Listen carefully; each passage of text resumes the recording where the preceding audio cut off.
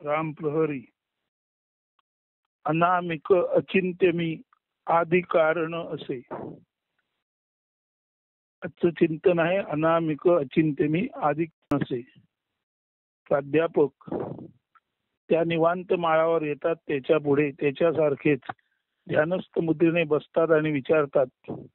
स्वकेंद्रिततेत आत्मदर्शन आणि स्वचा जो भाव आहे त्या भाव केंद्रिततेत विश्वदर्शन मिळून स्वभाव दर्शनातच एकूण सारे अस्तित्वाचे दर्शन होते. हे खरे म्हणावे काय. परत ऐका. स्वकेंद्रिततेत आत्मदर्शन आणि स्वच्या भाव केंद्रिततेत विश्वदर्शन मिळून स्वभाव दर्शनातच एकूण सारे अस्तित्वाचे दर्शन होते. हे खरे म्हणावे काय. तो हो हो असे पहा. तुम्ही म्हणताय अगदीच बरोबर आहे. स्वभाव या शब्दातील स्व म्हणजे आत्मा आणि भाव म्हणजे आत्म्याचा आत्मरस म्हणजेच आत्मगोडी किंवा आत्मवैभव. स्ववर ध्यान केंद्रित असताना केवळ अखंड अद्वय परिपूर्ण असणेपणात ध्यानी देहमनातीत म्हणजेच उन्मनी होतो. स्व किंवा आत्मा याचा मूलार्थ आपण आपलेपण असाच आहे. म्हणून आपण आपी आपैपे मुरला. म्हणून आपण आपी आपैपे मुरला. यातला आपण म्हणजे आत्मा, आपी म्हणजे आत्म्यात आणि आपैपे म्हणजे सहजपणे. म्हणून आपण आपी आपैपे मुरला. आपण आपलेपणात जो आपसुक अनायासे मुरला तो आत्मसाक्षात्कारी असतोच असतो. दुसरा आप याचा अर्थ आहे पाणी. जसे आप म्हणजे पाणी. आपल्याच ध्यानात असताना अति थंडीत आपण आपल्यातच मुरते गोठते आणि त्याचे हिमात रूपांतर होते. म्हणजे आप आपी आपैपे मुरला म्हणजे जो स्वचिंतनात असताना आपण आपल्यातच मुरला तो जणू काही पाणी अति थंडीत आपल्यातच मुरावे आणि त्याचे बर्फ व्हावे, हिमात रूपांतर व्हावे. तसेच पाण्याचे बर्फात रूपांतर आणि आप आपैपे आपी मुरला म्हणजे आपण आपलेपणात अनायसे जो मुरला तो त्याचे आत्म्यामध्ये रूपांतर होते. हे ध्यानात घ्या. तर अति थंडीत आपण आपल्यातच पाणी मुरते गोठते आणि त्याचे हिमात किंवा बर्फात रूपांतर होते. नंतर तेच हिम आपल्या दर्पण क्षमतेने म्हणजे त्याच्या प्रतिबिंब निर्माण क्षमतेने आपल्यातून सूर्यप्रकाश सान्निध्याने चमकू लागते. पाणी पाण्याच्या चिंतनात गोठते आणि तेजस्वी हिमात रूपांतर होते. तसाच साधू आपल्या सरळ निर्व्याज निरागस असणेपणात ध्यान प्रक्रियेने स्तंभित होतो, एके जागी स्थिरावतो आणि तेजपुंज होतो. सूर्यप्रकाशातील हिमाप्रमाणे साधू सुद्धा चमकू लागतो. ही हिमाची चमक व साधूचे तेज हे खरे तर पाण्याचे स्वतेज आणि साधूचे साधू किंवा दिव्य तेज म्हणजे आत्मतेज असते. पुढे जाऊन या तेजातच अखिल अस्तित्व अनेकानेक दृश्यरूपे प्रकटते. आरशापुढे जे जे यावे ते ते आरशात प्रतिबिंबित होते. आरशापुढे जे जे यावे ते ते आरशात प्रतिबिंबित होतेच होते.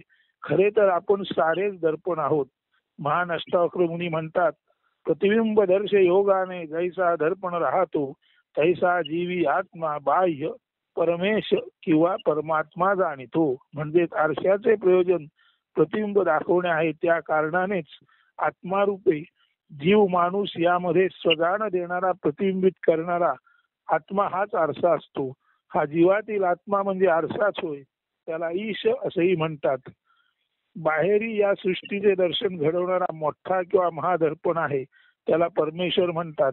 सारांश जीव माणूस यात आत्मा ईश रूपे जो आरशासमोर जो आरशासारखे काम करतो. सारांश जीव माणूस यात आत्मा ईश रूपे जो आरशासारखे काम करतो तोच निसर्गात परमात्मा किंवा परमेश्वर रूपे कार्यान्वित असतो. मात्र दोन्ही ठिकाणी ही सहज क्रिया असते. इथे ठरवलेले कृत्रिम काही नसते. सारे काही यादृच्छिक म्हणजे रॅन्डम मुवमेंट किंवा यादृच्छिक हालचालीत असते. स्वजाणीवेच्या आतुरतेने ध्यानात असताना जसजसा ध्यानी लक्षाप्रती येतो किंवा आत्मसाक्षात्कारानजीक येतो तसतशी त्याची आतुरता उत्कंठितता अशा साधूमध्ये तीव्र चैतन्य लहरी किंवा चैतन्याच्या लाटा निर्माण करते.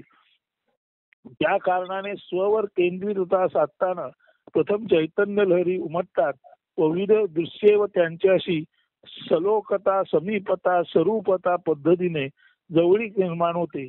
अनेक दृश्ये व त्यातील दृश्य भावाशी तद्रूप झाल्यासारखे वाटते. अंतिमात्र सर्व दृश्ये व द्रष्टा सायुज्य होतात. त्या कारणाने द्रष्टा दृश्य एकरूपतेने तेथे केवळ परमेश्वर आत्माच द दॅट म्हणून ते जाळतो. संपले. आपण आपी आपैपे निघाला. संपले. आपण आपी आपैपे निघाला म्हणजे स्वतः स्वत्वामध्ये, आपैपे म्हणजे स्वभावे किंवा अनायसे मिटला. आत्मसायुज्यता ती हीच. आपण म्हणजे आत्मा, आपी म्हणजे आत्म्यात, आपैसे म्हणजे सहज भावे, निमाला निवांतला म्हणजे मी किंवा अहमभाव विसर्जित होऊन अनामिक अचिंत्य मी आदी कारण असे स्वतःचे रूप तो जाणतो. आणि ते रूप जाणत असतानाच सुरुवातीला तो स्वभाव किंवा स्ववैभव म्हणून सर्वत्र आपणाला पाहतो आणि नंतर त्याचा मी नष्ट होतो आणि तो अनामिक अचिंत्य असा आदी कारण म्हणूनच उरतो. म्हणून आपण इथे म्हटले आहे, जसे पाणी आप, पाण्यात म्हणजे आपैसे म्हणजे सहजासहजी मुरावे आणि हिमरूपे स्थाणू अविचल व्हावे, तसाच ध्यानात ध्यानी मनी नसताना म्हणजे सहज भावात ध्यान महर्षी किंवा ध्यानर्षी म्हणजे ध्यानियांचा महर्षी म्हणून अविचल स्थाणू शिव बनतो. एकाच वेळी तो सर्व असूनही केवळ अनामिक अचिंत्य आदी कारण असतो.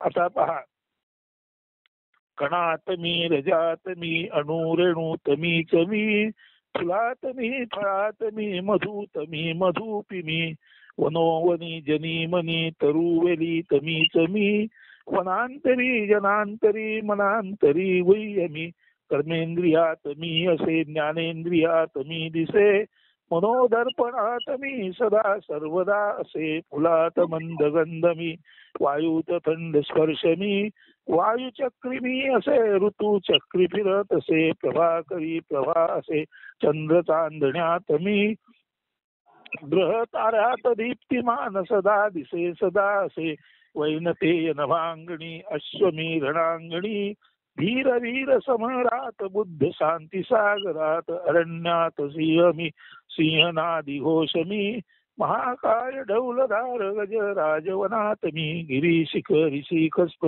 उंच दूर मी असे, खोल खोल अंतरात दरीत निर्झर असे, नदी तल्या जलात मी, व्याप्त सागरात मी, प्रशांत नित्य मी, विश्वदेव स्वस्थ मी, नरात दी ऐट मी, नारी विभ्रमात मी, पौरुषी पुरुष मी, नारी दाक्षिण्यात मी, ज्ञानार्जने व्रतस्थ मी, आतिथ्यात गृहस्थ मी, संसारी मुक्त मी, नित्य साक्षी अलिप्त मी, निर्मिती स्थिती लयात मग्न दंग सदा असे, तत्वरूपे ब्रह्मा विष्णू महेश आदी मी असे, संन्याशांत संन्यासी दत्त दिगंबर असे, देवांचा देव मी तोची महादेव असे, सर्व गुण सर्वाकाल सदा सर्वदा असे, निर्गुण निराकार आदि देव मी असे, सर्वनामी सर्व ध्यानी भजनात मी असे, नवविधा भक्ती रूपी आत्मदेव मी असे, असो नसो नाव काही कची त्याची मी असे, अनामिक अचिंत्य मी आदि कारण असे. म्हणजे अनामिक अचिंत्य आदि कारण असा जो आत्मा आहे, त्या आत्म्याला भेटायला जाताना, त्या आत्म्याच्या स्वलोकात जाताना हा ध्यानी जो आहे तो स्ववर ध्यान केंद्रित करून स्वलोकाकडे म्हणजे आत्मलोकाकडे निघाला. आत्मलोकाकडे जाताना त्या आत्मलोकातच अनेक ज्या वस्ती आहेत, जे समुदाय आहेत, समूह आहेत, जे वस्तू आहेत, विषय आहेत, त्यांना पाहता पाहता त्याला जाणवलं की हे सर्व काही मी आणि मी म्हणजे स्वतः तोच आहे.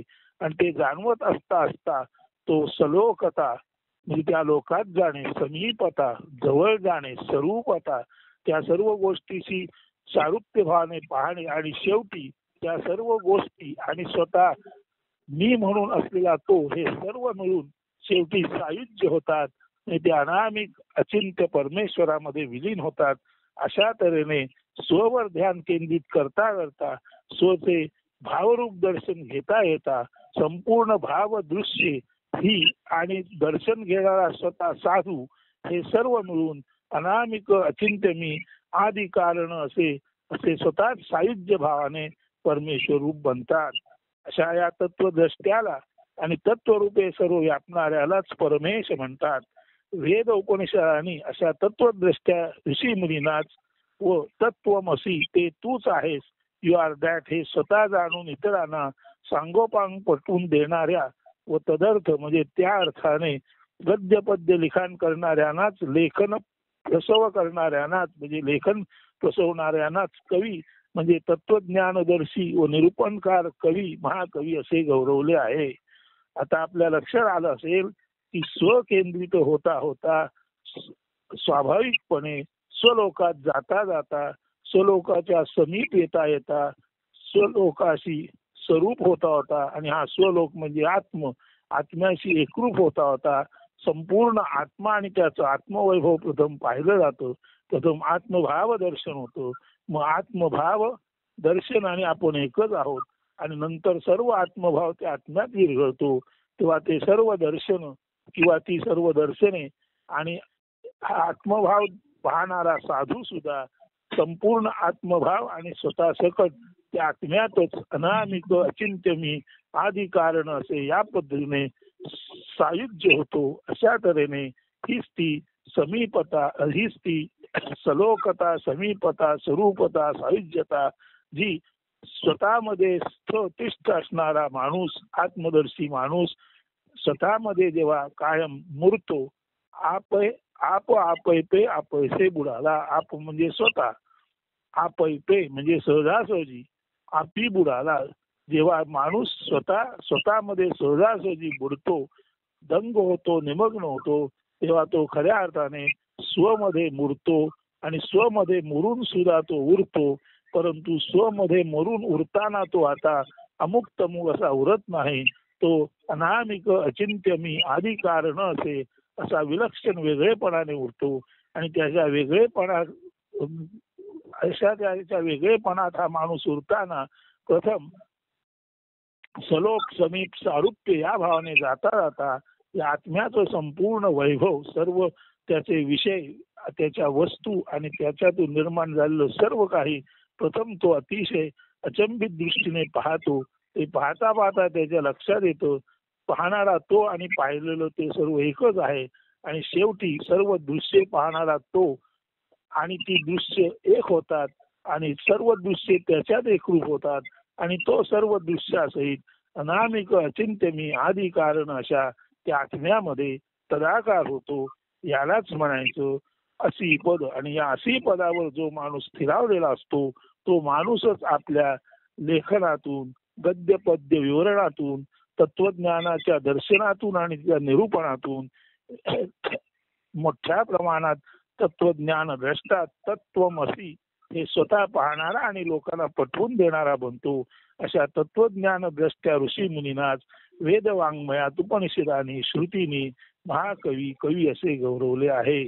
प्राध्यापक मनोमन त्याच्या तत्वदर्शन पर गद्य पद्य विवरण शक्तीला तत्वज्ञानाला स्वरूपे आत्म्याला आणि भावरूपे वैश्विकतेला वंदन करून अत्यानंदित हर्षोत्फुल्लतेने एखाद्या सुंदर नाजूक सुवासिक फुलाच्या गंधाने वाऱ्यावर पसरत पसरत सर्वत्र जावे तसा स्वतः सर्वव्याप्त होता होता आणि अर्थातच त्याच वेळी आपल्या ज्ञानदानाकडेही तो अग्रेसर झाला. एखाद्या फुलाच्या तरल विरल सुगंध व्हावे तो आपल्या कर्तव्य क्षेत्राकडे परतला असतो. सर्वांना शुभ दिन. हे जे अनामिक अचिंत्य मी आदी कारण असे हे मेघवृष्टीमध्ये पान 190 191 192 वर आहे आणि या काव्याचा समावेश आत्मोपनिषद या पुस्तकामध्ये आहे. मूळ जे काव्य आहे त्याचं नाव आहे अनामिक अचिंत्य मी आदी कारण असे म्हणजे विश्वंभर आदी योग. जो आदी आहे जो प्रथम आहे तो योग रूपाने म्हणजे एक रूपतेने विश्वात भरलेला आहे. विश्वंभर आदी योग म्हणजे आत्मा या संपूर्ण असणेपणात एकरूपतेने भरलेला आहे लपलेला आहे. तो दिसत नाही पण त्याची दृश्य दिसतात. सूर्य दिसला नाही तरी त्याची किरणे दिसतात. तसेच किरणाच्या आधारे सूर्य लोकात जावे तसंच या दृश्य जगताच्या आधारे, दृश्य जगत हे त्या परमेश्वराची किरणेच आहेत, या दृश्य जगताच्या आधारे आपण त्या दृश्य जगताचा जो मूळ अदृश्य रामिक अचिंत्य आदी कारण आहे तिथे जर आपण जाऊ शकलो तर भावदर्शन घेता येता आपला स्वमध्ये लोप होतो आणि आप आपै आपी झाला. आणि आप म्हणजे स्वतः, आपै म्हणजे सहजतेने, आपी किंवा आप म्हणजे परमेश्वर, स्वतः सहजासहजी परमेश्वर बनून उरला. असा तो स्थानुभवात जो उरतो तोच आपण या तत्वज्ञान दर्शनामध्ये पाहिलेला आहे. आपणा सर्वांना त्याचा लाभ होवो आणि आपणही तसे असावे असं आपल्यावर शुभचिंतन करतो आणि प्रस्तुत सकाळी या चिंतनाला पूर्ण विराम देतो. अस्तु. धन्यवाद. शुभ दिन.